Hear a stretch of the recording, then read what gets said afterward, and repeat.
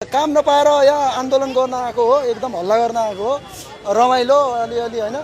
अरू अब यस्तै छ, बालेन एकदमै राम्रो गरिरहेको छ। बालेन चोर हो, बालेनलाई मान्दैन।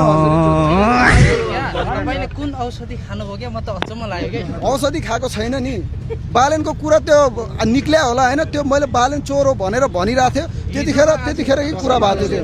एमालेले किन्ने बेच्ने काम धेरै गर्छ के थाहा। बालेन विदेशी दलाल हो त्यो। सुदन गुरुङ, सुदन तपाईले बालेन चोर भन्नुभयो, कसरी बालेन चोर भन्नु? बालेन एक प्रकारको विदेशी दलाल हो।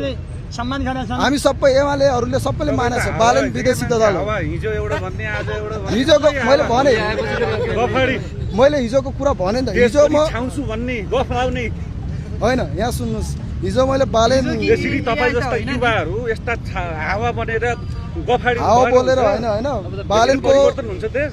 परिवर्तन हुन्छ। तपाईँले समर्थन गर्नुहुन्छ नि। केपी शर्मा ओलीज्यूले गर्नु भएको छ, परिवर्तन गर्नु भएको छ। बालेनले सपोर्ट गर्नुहुन्छ, आज एमाले भन्नुहुन्छ। बालेनले कसले सपोर्ट गरेछ? बालेनको खाएपछि आज एमाले भन्नुहुन्छ होइन, बालेनको पक्षमा छैनौँ हामी, बालेनको पक्षमा छँदै छैनौँ।